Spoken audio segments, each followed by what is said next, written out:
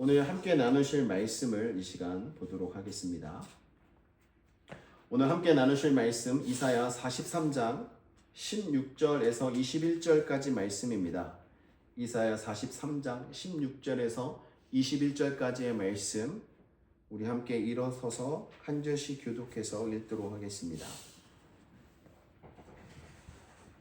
나 여호와가 이같이 말하노라. 바다 가운데에 큰 물 가운데에 지름길을 내고 병거와 말과 군대의 용사를 이끌어내어 그들이 일시에 엎드러져 일어나지 못하고 소멸하기를 꺼져가는 등불 같게 하였느니라. 너희는 이전 일을 기억하지 말며 옛날 일을 생각하지 말라. 보라, 내가 새 일을 행하리니 이제 나타낼 것이라. 내가 그것을 알지 못하겠느냐. 반드시 내가 광야의 길을 사막의 강을 내리니 장차 들짐승 곧 승냥이와 타조도 나를 존경할 것은 내가 광야의 물을 사막의 강들을 내어 내 백성 내가 택한 자에게 마시게 할 것임이라.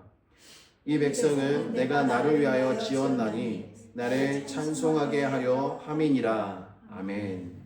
자리에 앉아주시기 바랍니다.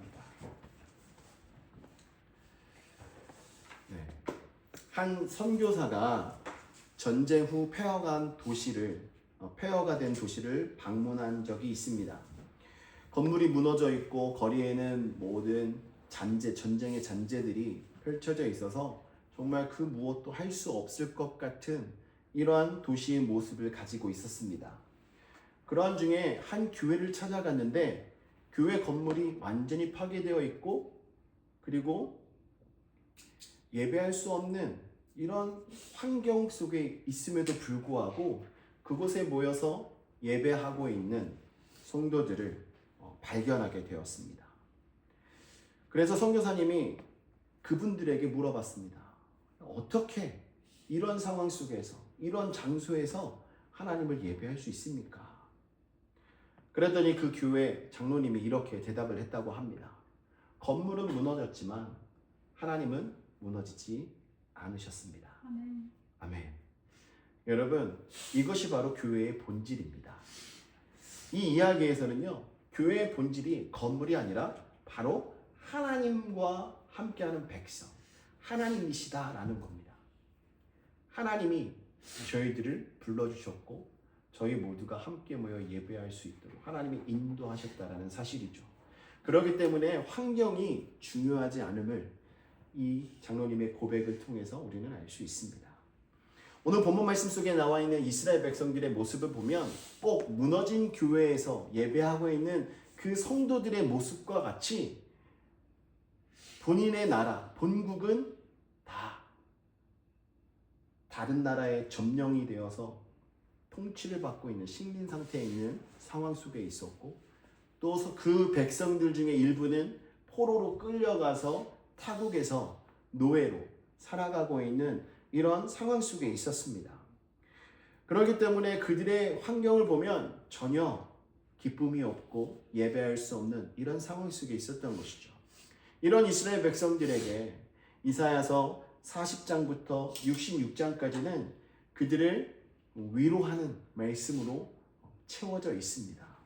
바벨론 포로기를 지나고 있는 이스라엘 백성들에게 하나님이 어떻게 일하시고 역사하실 것인지, 하나님이 어떻게 회복하실 것인지에 대해서 기록하고 있는 것입니다.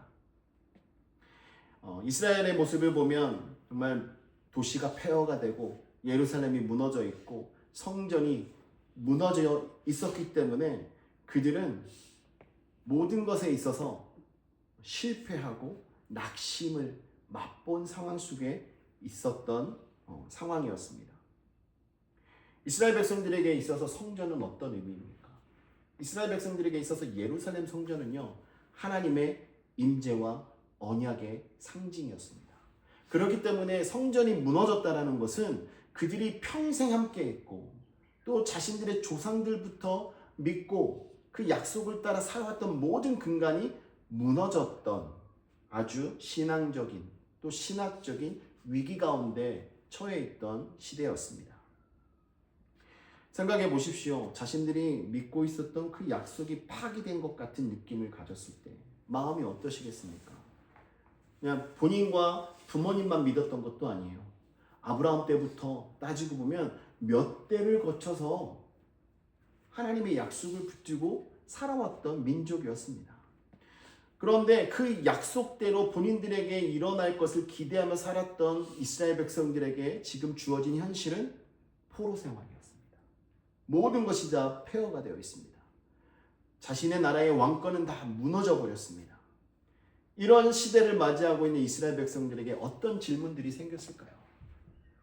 아마 하나님의 통치가 여전히 이어지고 있는가? 라는 질문을 했었을 것입니다. 그리고 여전히 우리는 하나님의 백성인가? 라는 질문이 있었을 것입니다. 그리고 과연 하나님의 이 언약은 유효한 언약인가? 이런 질문들이 있었을 것입니다. 그런데 여러분, 하나님의 통치는 여전히 유효합니다. 또한 우리 모두는 다 여전히 하나님의 백성임을 믿으시기 바랍니다. 그리고 하나님께서 약속하신 그 언약도 그 시대뿐만 아니라 지금까지도 유효하다는 사실입니다. 바로 오늘 이 본문 말씀은 저희들에게 그것을 가르쳐주고 있습니다. 하나님께서 우리와 언제나 함께 하시고 우리를 위해서 일하고 계심을 이 말씀은 가르쳐주면서 저희들에게 힘을 주고 용기를 주고 우리의 길을 걸어갈 수 있도록 이 말씀은 저희들을 이끌고 있습니다. 성전이 없던 그들에게 하나님은 광야의 길을 내겠다라고 말씀하시면서 그들에게 지금 소망이 없고 길이 없는 것 같은 그 상황 속에 길을 내어주시면서 그들의 미래를 약속하고 있는 것입니다. 하나님은 하나님의 백성들을 그냥 두시는 분이 아닙니다. 하나님께서 친히 하나님의 열심으로 인도해 주시고 보호해 주시고 세워 주시는 줄 믿으시기 바랍니다.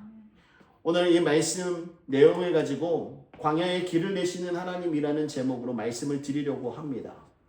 이 말씀에 나와 있는 이스라엘 백성들의 모습과 같이 우리의 인생 속에서도 광야와 같은 때를 맞이하며 있는 경우가 있습니다. 이런 상황 속에서 어떻게 우리가 이 길을 걸어갈 것인가 말씀을 통하여 위로받고 새 힘을 얻어 함께 승리하는 우리 모두가 되기를 주님의 이름으로 축원합니다. 첫 번째로 우리들에게 주시는 교훈은요, 하나님은 길이 막힌 자리에서 자신을 드러내신다는 것입니다. 16절과 17절 말씀에 보면 하나님은 자신을 이렇게 소개하고 있습니다. 바다 가운데의 길을, 큰 물 가운데의 지름길을 내고 병거와 말과 군대의 용사를 이끌어내어 그들이 일시에 엎드러져 일어나지 못하고 소멸하기를 꺼져가는 등불같게 하였느니라. 이 말씀의 내용을 보면 어떤 장면이 생각나십니까? 출애굽할 때의 모습이 생각이 납니다. 홍해를 가르시고 뒤따라오던 애굽 군대를 수장시키심으로써 하나님됨을 이스라엘 백성들에게 나타내 보이셨던 그 사건이 저희들에게 생각이 납니다. 하나님께서는 이스라엘 백성들에게 지금 내가 너희들을 포로 가운데서 건져내겠다라고 직접적으로 말씀하고 계시지 않습니다. 하나님은 이스라엘 백성들에게 내가 누구인지를 가르쳐주는 말씀을 하고 있는 거예요. 너희 조상들이 어려움을 맞이했을 때, 막다른 길에 머물러 있을 때 내가 홍해를 갈라서 길을 내어서 그들을 구원했던 하나님이다 라고 하나님이 누구인지를 가르쳐주고 있는 것입니다. 하나님은 이와 같이 저희들에게 날마다 자신이 누구인지를 가르쳐주고 계세요. 늘 계시하고 계십니다. 이것은 하나님의 행위 이전에 하나님의 존재가 우선되어야 함을 가르쳐주고 있는 거예요.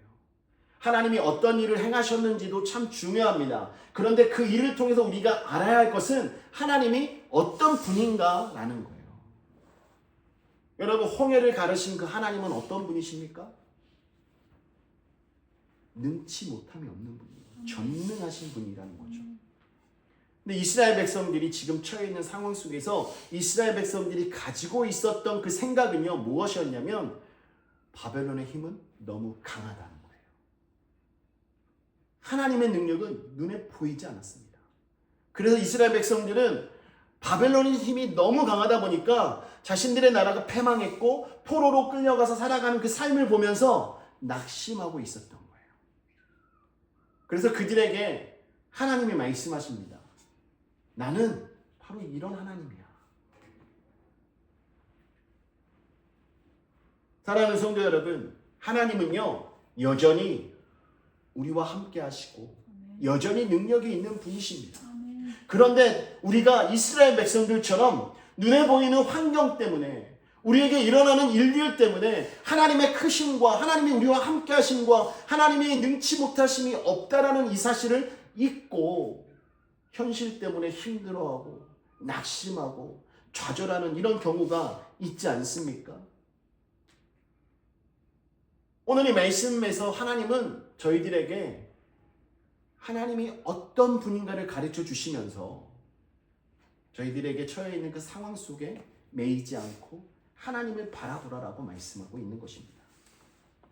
성경에서는 하나님의 길이 종종 우리가 보지 못하는 곳에 있다라고 가르쳐 주고 있습니다.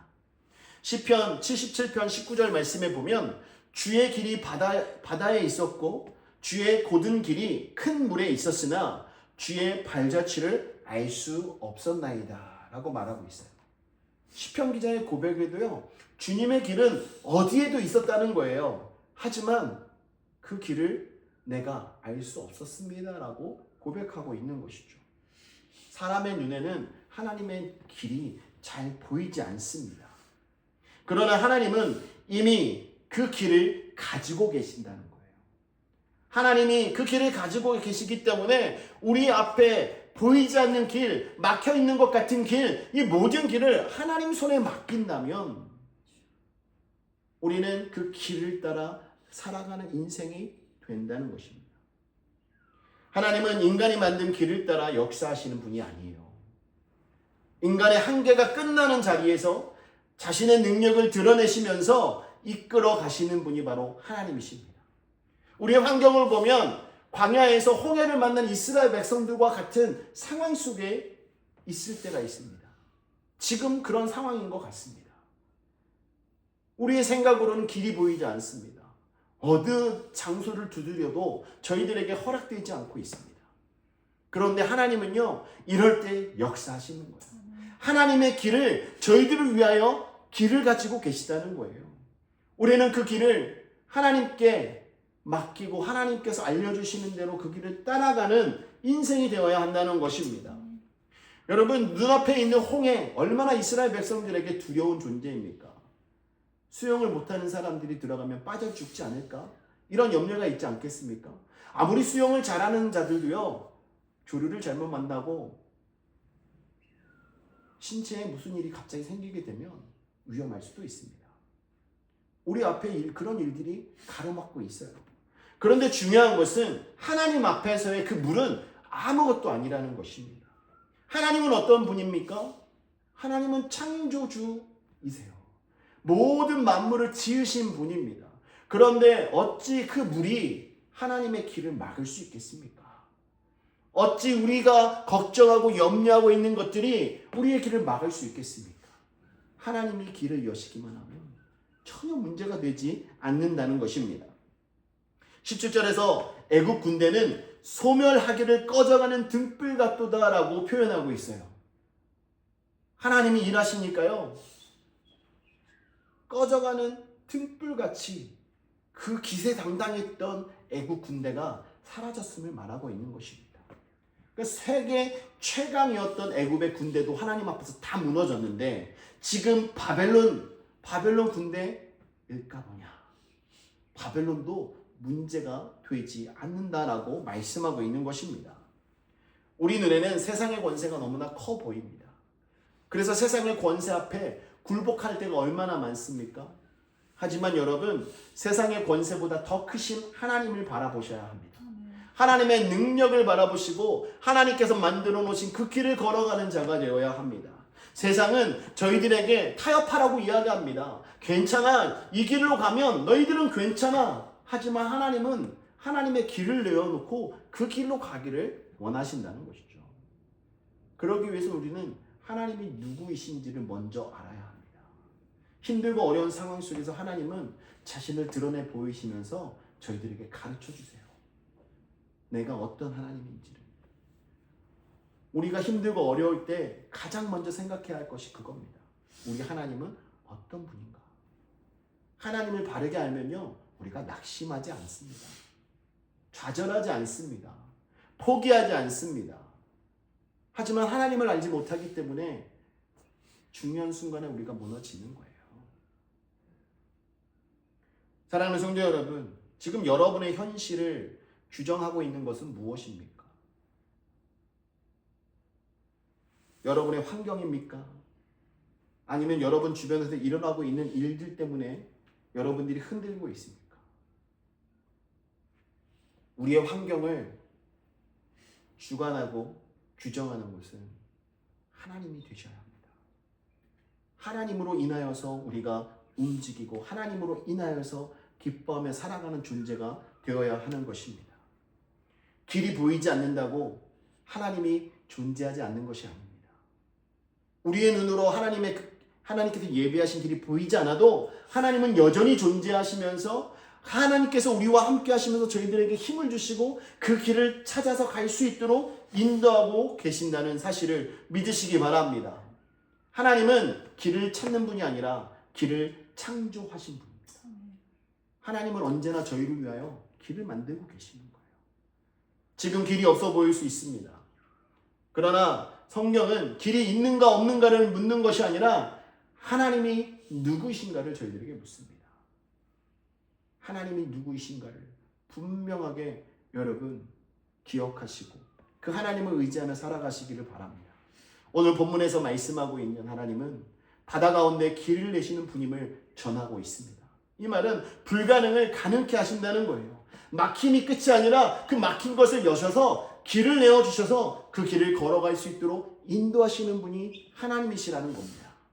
그렇기 때문에 우리 모두 다 눈앞에 있는 현실로 인하여서 낙심하고 주저앉는 것이 아니라 우리를 인도하시는 그 하나님을 바라보시고 길을 내어주시는 그 하나님을 따라 살아가는 우리 모두가 되기를 주님의 이름으로 축원합니다.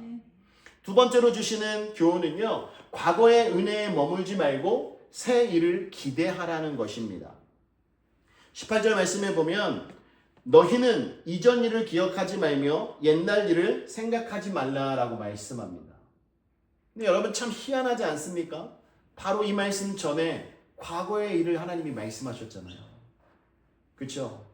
과거에 홍해를 가르셨던 그 하나님, 애굽 군대를 정말 물리치셨던 그 하나님에 대해서 이야기를 해놓고 바로 이전 일을 기억하지 말라고 합니다. 옛날 일을 생각하지 말라고 합니다. 참 이해가 되지 않아요. 근데 여러분, 하나님은 과거의 구원을 부정하시는 것이 아니라 과거의 구원의 하나님을 가두지 말라는 거예요. 다시 말씀드리면 과거에 행하셨던 그 하나님이 그때와 똑같이 지금 일하실 거야 라고 생각하지 말라는 것입니다. 이 말은 고정관념에 빠지지 말라는 거예요. 가끔 우리는 하나님을 우리의 생각으로 가두려는 경향이 있습니다. 과거에 이렇게 일하셨으니까 이번에도 똑같이 이렇게 일하실 거야 라고 착각할 때가 있다는 것이죠. 여러분 빌립보서 3장 13절과 14절 내용을 보십시다. 사도 바울이 이렇게 말합니다. 형제들아 나는 아직 내가 잡은 줄로 여기지 아니하고 오직 한 일, 즉 뒤에 있는 것은 잊어버리고 앞에 있는 것을 잡으려고 표대를 향하여 그리스도 예수 안에서 하나님 위에서 부르신 부름의 상을 위하여 달려가노라 라고 말합니다. 사도 바울이 여기서 뭐라고 말합니까? 과거의 자신의 한 일들을 다 잊어버리겠다라고 말하고 있어요. 과거의 경험에 머무르는 것이 아니라 그는 앞으로 자신에게 베풀어 주신 하나님의 은혜를 기대하며 하나님의 인도하심을 따라서 살아가겠다라고 고백하고 있는 것입니다. 여러분 사도 바울의 그 회심 사건도 정말 대단한 일 아닙니까? 자랑할 만한 일이에요. 거기에서 정말 그 감격 때문에 거기에 멈춰서 사람들에게 그 이야기만 하고 다녀도 문제되지 않을 것처럼 보입니다. 그런데 사도 바울은요 거기에 멈춰 있는 것이 아니에요. 또한 사역의 열매도 많았습니다. 얼마나 많은 곳을 다니면서 복음을 전했습니까? 하지만 사도 바울은 거기에 멈춰 있는 것이 아니에요. 앞으로 하나님이 행하실 그 일을 기억하면서 자신에게 베풀어 주실 그 은혜를 기억하면서 과거의 일을 연연하지 않고 앞으로의 일을 생각하면서 달려가겠다는 것입니다. 과거를 부정하는 것이 아니에요. 과거의 경험에 신앙을 고정시키지 않겠다라는 말입니다. 우리가 신앙생활 하면서 그러잖아요. 오랜 시간 동안 신앙생활 하신 분들, 내가 옛날에 말이야 이런 일을 했었어. 옛날에 내가 이만큼 사역을 했어. 이만큼 봉사를 했어. 이렇게 이야기하면서 자꾸 자신의 과거에 묶여있는 경우가 있습니다. 그러다 보니까 과거에 역사하셨던 그 하나님, 그때 하나님이 나에게 이렇게 역사하셨기 때문에 지금 이런 상황이면 똑같이 이렇게 역사하실 거야 라고 잘못 생각할 수 있다는 거예요. 하나님의 일하시는 방법은요, 우리의 상상을 초월합니다. 정말 길이 없는 것 같은 그곳에서 길을 내어주시면서 하나님은 일하시잖아요.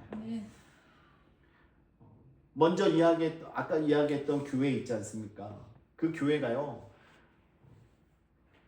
사실 그 교회의 땅을 도네이션 하신 분이 있대요. 교회를 짓기 위해서 사용한다면 무상으로 주겠습니다 해서 무상으로 받아서 교회 건물을 지은 거예요. 어떻게 그분들이 생각을 하셨을까요? 상상할 수 없는 일이죠. 근데 하나님은 그런 방식으로 일을 하신다는 거예요. 우리의 상상을 뛰어넘습니다. 과거에 하나님이 나에게 이렇게 일하셨으니까 앞으로도 이렇게 일하실 거야.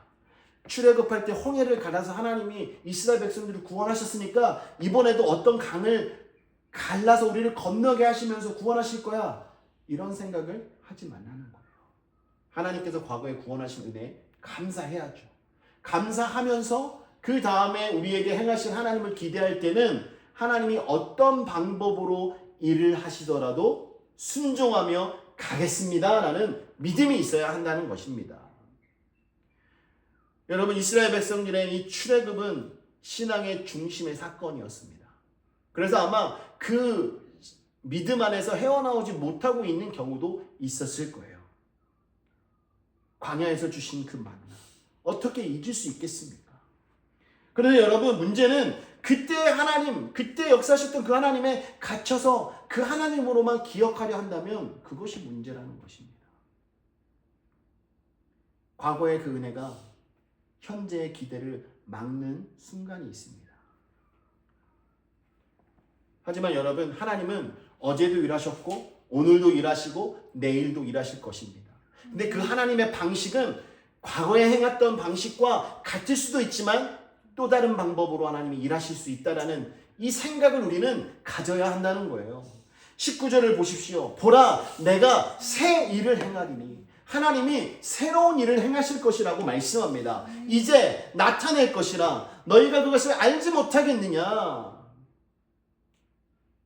이스라엘 백성들을 출애굽시키셨을 때 하나님의 그 방법, 이제는 바벨론으로부터 그들에게 구원의 은혜를 베풀어 주실 때 사용하는 방법은 또 다른 방법으로 일하실 것이다 라는 것을 말씀하고 있는 것입니다. 이것은 구속사적으로 새로운 차원의 구원을 말하고 있는 거예요. 출애굽이 애굽에서의 해방이었다면 이제 하나님은 바벨론 포로에서의 해방이라는 또 다른 하나의 구속의 사건을 준비하고 계신 것이고, 더 나아가서 장차 오실 예수 그리스도를 통하여 구원하실 그 구속의 사건을 하나님이 미리 암시하고 말씀하고 계신 것입니다. 하나님이 일하시는 방법은 정말 우리의 생각을 뛰어넘습니다. 하나밖에 없는 독생자 예수 그리스도, 하나밖에 없는 아들을 십자가에 못 박여 죽게 함으로 우리의 죄를 대속해 줄 거라고 누가 상상이나 했겠습니까? 그러나 하나님은 하나님의 방식대로 길을 내시면서 일하고 계심을 저희들에게 보여주고 있습니다. 이제 나타낼 것이다 라는 이 표현은요, 하나님의 구원이 이미 하나님의 계획 속에서는 이루어지고 있는 거예요. 앞으로 일어날 것이다 라는 것이 아닙니다. 이미 시작되어 있다라는 것을 말씀하고 있는 것입니다. 백성들은 아무 변화를 보지 못했지만 하나님은 이미 일하고 계셨습니다. 우리들이 우리의 길을 알지 못하고 우리 사이에, 우리 상황 속에 어떤 일이 일어날지 모르지만 하나님은 이미 일을 하고 계시다는 사실입니다. 우리 눈에는 아직 광야일 수 있습니다. 하지만 하나님의 눈에는 이미 길이 보이고 계시다는 거예요. 그리고 이어지는 말씀은 더 놀랐습니다. 반드시 내가 광야의 길을 사막의 강을 내리니 라고 말씀합니다. 하나님이 반드시 일하실 것이라고 약속하시는데요. 광야의 길이 난다는 것은요, 방향의 회복을 말하는 거예요. 어디로 가야 할지 알게 하신다는 것입니다. 여러분, 포로된 백성에게 가장 큰 문제는 무엇입니까? 어디로 가야 할지 모른다는 거예요. 포로로 있으면 억압받고 있기 때문에 마음대로 방향을 정할 수도 없습니다. 그런데 하나님이 이제 길을 내어서 그 길을 갈 수 있게 하신다고 말씀하고 있는 거예요. 그리고 사막에 강이 흐른다는 것은요, 생명의 회복을 말합니다. 사막이 왜 사막입니까? 물이 없기 때문에 사막 아닙니까?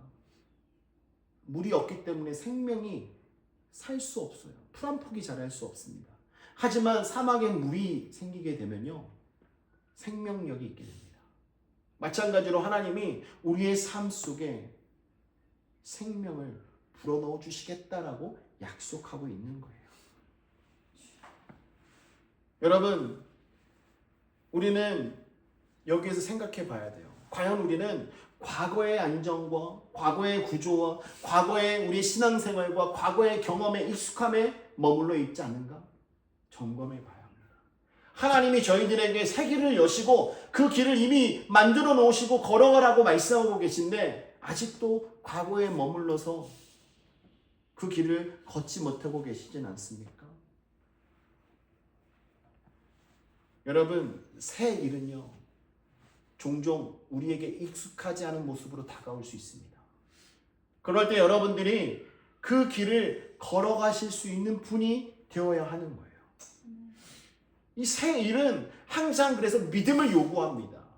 우리가 믿음으로 그 길을 걸어가는 거예요. 하나님은 과거를 지우시는 분이 아니라 과거를 넘어서 더 큰 일을 만들어내시는 분입니다. 그렇기 때문에 우리는 그때가 좋았다라는 그 단계에 머무르는 자들이 아니라 그때 좋았지만 앞으로 행하실 하나님이 더욱더 기대가 되는 이러한 삶이 되어야 한다는 것입니다. 과거에 일하셨던 하나님이 지금도 우리를 위해서 일하고 계십니다. 앞으로를 위해서도 하나님이 계속 일하실 것입니다. 그 하나님이 이미 저희들에게 새 일을 허락하고 계신 줄 믿으시기 바랍니다. 저희에게 필요한 것은 무엇이냐? 바로 믿음으로 그 일을 따라가는 거예요. 사랑하는 성도 여러분, 과거의 은혜에 감사하면서 사십시오. 하지만 거기에 머물러 있지 마십시오. 앞으로 여러분들을 통해서 새 일을 행하실 하나님을 기대하시면서 하나님께서 열어주시는 그 길을 따라 걸어갈 수 있는 믿음의 사람이 되어서 우리 함께 그 길을 걸어가는 성도가 되기를 주님의 이름으로 축원합니다. 마지막으로 오늘 말씀해 주시는 교훈은 하나님의 목적은 예배 공동체를 세우는 것이라는 겁니다. 하나님이 왜 이스라엘 백성들에게 구원을 약속하고 하나님께서 왜 이스라엘 백성들에게 새 길을 열어주시고 새 일을 행하시겠다라고 말씀하고 있는지 아십니까? 바로 그 이유는 예배 공동체를 세우는 거예요. 20절과 21절 말씀 보십시다. 장차 들짐승 곧 승냥이와 타조도 나를 존경할 것은 내가 광야의 물을 사막의 강들을 내어 내 백성 내가 택한 자에게 마시게 할 것임이라.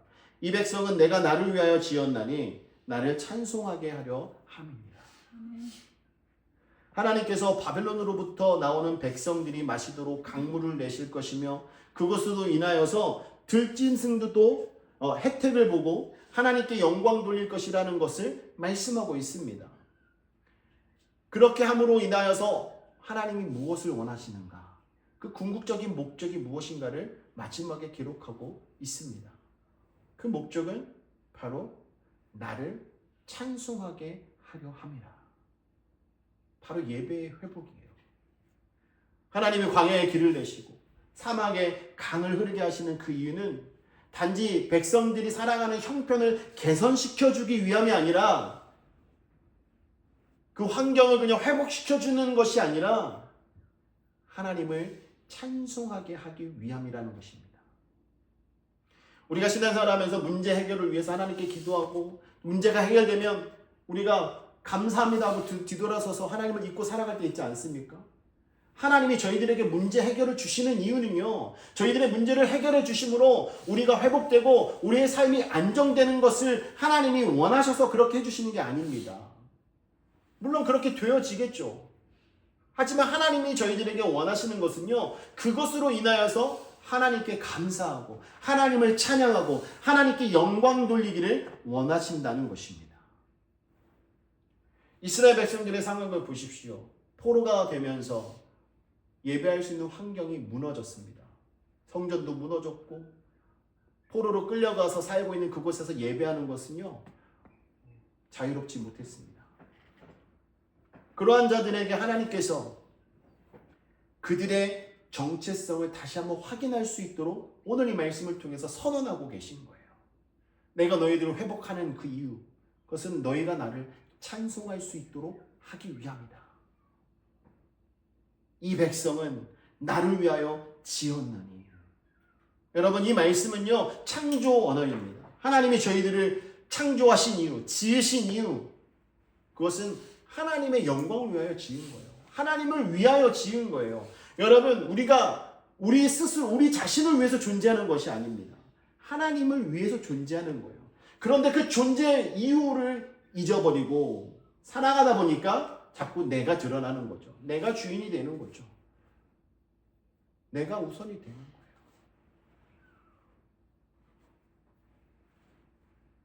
여러분, 하나님이 왜 에덴 동산에 선악과를 만들어 놓으신지 압니까? 아담과 하와에게 모든 것을 마음대로 먹고 동물들을 다스리고 이름을 지어주고 모든 것을 다 마음대로 할 수 있는 자유를 주셨습니다. 하지만 선악과를 그 안에 주신 이유는 누가 너희의 주인인지를 바르게 알라라는 거예요. 여러분, 우리가 왜 존재하는지를 바르게 알아야 합니다. 우리가 지어진 그 목적, 하나님을 위해서요. 하나님을 위해서 존재해야 되는 저희들이 인생을 살아가다 보면 하나님은 온데간데 없어지고 우리 자신을 위해서 살아갑니다. 내 가족을 위해서 살아갑니다. 내 만족을 위해서 살아갑니다. 그러다 가다 보니까 우리가 예배하는 그 이유도 잊어버리게 되는 거예요. 예배하는 것도 내가 예배하고 싶으면 하기 싫으면 하지 않고, 예배할 수 있는 환경이 되면 예배를 하고, 예배할 수 있는 환경이 되지 않으면 예배 안 해도 되는 것처럼 우리가 착각을 하고 살아가고 있습니다. 그런데 하나님은요, 저희들에게 가르쳐주고 계십니다. 이 백성은 내가 나를 위하여 지었나니. 그 이유는 나를 찬송하게 하기 위함이다.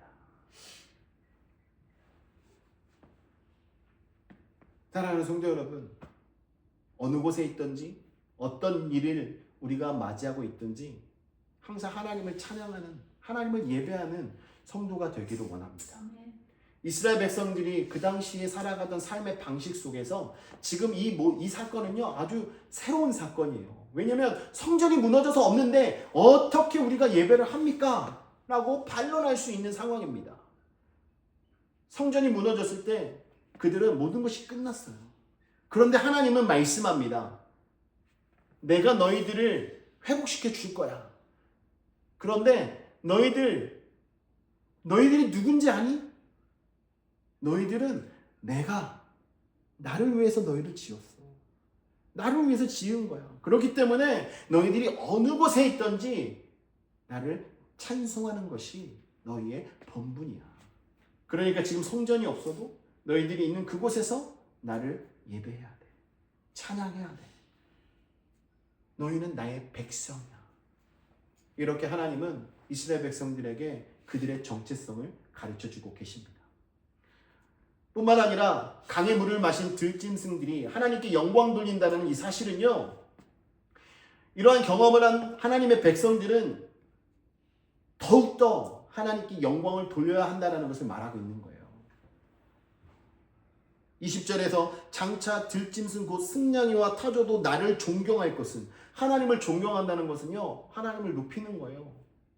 짐승들조차. 왜? 하나님께서 은혜를 베풀어 주셔서 물을 먹게 하시고 강을 내어 주셔서 살게 하신 그 은혜를 입고 살고 있는 사람들 덕분에 이 짐승들도 그 은혜를 입었다는 겁니다. 그래서 그 짐승들도 찬양을 하는데 어찌 하나님을 위하여 지음받은 우리가 찬양하지 않을 수 있겠냐라는 것을 하나님이 가르쳐주고 계신 겁니다. 여러분, 우리는 하나님을 예배해야 될 존재예요. 그래서 여러분, 장소 상관없이 예배합시다 하면 기쁜 마음으로 예배할 수 있는 마음이 저에게 있어야 합니다. 어느 곳에 있든지 예배할 수 있는 자가 되어야 돼요. 예전에 성지순례 갔을 때요, 성지순례 가신 분들과 함께 예배를 하는데요, 어디서 예배했냐면요, 배에서 예배를 했어요. 가는 장소에서 예수님을 기념하는 그 장소 갈 때마다 함께 기도했습니다. 어떤 곳에서는 찬양도 불렀습니다. 왜 그런 일을 합니까? 꼭 교회가 아니더라도 우리가 있는 그곳에서 하나님이 기억나는 그 순간 함께 찬양하고 예배해야 하는 거예요. 하나님이 저희들을 부르신 목적, 하나님이 저희들에게 길을 내어주시고 물을 허락하신 그 이유, 그것은 하나님을 찬양하게 하기 위함입니다. 하나님께 영광 돌리게 하기 위함입니다. 사람들은 흔히 말합니다. 환경이 갖춰지면 그때 예배하겠습니다. 사막에 강물이 흐르고 길이 나서 건물도 지어지고 사람들 좀 모여지고 내가 상업활동을 하면서 안정적이게 되면 그때 예배하겠습니다. 이건 착각이에요. 어느 순간에든지 우리는 하나님을 예배해야 합니다. 우리 눈에 길이 보이지 않아도 하나님이 이미 길을 내어주고 계심을 믿으며 하나님을 예배할 수 있는 믿음의 소유자가 되어야 합니다. 여러분, 사막에 강이 흐르는 그 모습을 보는 그 순간 더 하나님을 찬양하고 영광 돌려야죠. 근데 그 모습을 보면서 이것으로 내가 어떻게 좀 번영을 이룬 이후에 하나님을 예배해야지? 이건 아니에요. 여러분, 왜 우리들에게 자꾸 어려운 일이 생기고 왜 자꾸 저희들에게 기도할 거리가 생기는지 아십니까? 하나님이 저희들을 계속 가까이 두고 싶으셔서 그런 거예요. 그렇지 않으면 자꾸 사람들은 떠나갑니다. 편안해지면, 걱정거리가 없으면 하나님께 기도하지 않아요. 여러분, 한국교회 보십시오. 학부모님들, 수험생을 둔 부모들은요, 1년 360일 이렇게 보다가 자녀가 대입 준비한다고 그러면 100일 전부터 새벽 예배에 빠지지 않고 가서 기도합니다. 그래서 시험 결과가 나오고 그 시즌이 지나가 버리면 언제 그랬냐는 듯이 또 교회 안 와요. 그러다가 남편의 사업에 문제가 있고 자신이 해결해야 될 문제가 있으면 하나님 앞에 나가 기도하는 일이 부지기수입니다. 그런데 하나님은 어찌 문제를 안 줄 수 있겠어요? 문제를 안 주면 하나님 앞에 나오질 않는데. 여러분, 이것은 하나님이 저희들에게 잘못되라고 주시는 문제가 아닙니다. 하나님이 저희들에게 가까이 하자, 나와 함께 하자, 내가 길을 내어줄게, 내가 사막에 물을 내어줄게, 너의 문제를 내가 짊어져 줄게, 하나님이 끊임없이 말씀하고 계신데도 불구하고 문제 해결이 되면 이 문제가 모든 것이 끝인 줄 알고 하나님을 떠나가 버리는 우리의 잘못된 이런 습성들, 하나님이 다 제하여 버리시길 원하십니다. 여러분들에게 문제가 있다면요, 하나님 감사합니다. 하나님을 가까이 할 수 있는 기회를 주시는군요. 감사가 먼저 나와야 돼요. 그런 상황 속에서 감사를 드리지 못하면요, 우리가 평안을 누릴 때 과거의 그 은혜에 젖어서 새 일을 행하실 하나님을 기대하지 않고 머물러 있는 성도가 될 수도 있습니다. 사랑하는 성도 여러분, 하나님은 결코 저희를 포기하지 않습니다. 우리가 하나님을 의지하고 하나님을 예배하고자 하는 마음을 가지고 하나님 앞에 서게 되면요, 하나님은 끊임없이 저희들을 위하여서 함께 길을 걸어가시고 길을 내어주시고 저희의 필요를 채워주시고 하나님께서 영광 받으시기 위하여 저희들에게 은혜를 주실 줄 믿습니다. 오늘 말씀을 정리합니다. 사랑하는 성도 여러분, 하나님은 과거에만 역사하시는 분이 아니에요. 지금 이 순간에도 일하고 계시고 내일도 일하실 것입니다. 이스라엘 백성들이 성전이 무너졌을 때 모든 것이 끝났다고 생각했지만 하나님은 그것이 끝이 아니라 내가 새 일을 행할 것이다 라고 선언하고 계십니다. 광야가 끝이 아니라 광야는 하나님의 역사가 시작되는 자리임을 우리가 믿고 살아가기를 원합니다. 그러므로 여러분, 우리 눈앞에 길이 보이지 않아도 새 일을 행하실 하나님을 기대하면서 그 하나님 앞에 믿음으로 서는 우리 모두가 되기를 주님의 이름으로 축원합니다. 여러분의 환경에 흔들리지 마십시오. 언제나 든든하게 우리 옆에 서 계시는 그 하나님을 바라보면서 요지부동하고 오직 한 길, 하나님께서 저희들에게 주신 그 길을 따라 함께 걸어가는 저와 여러분 되기를 주님의 이름으로 축원합니다.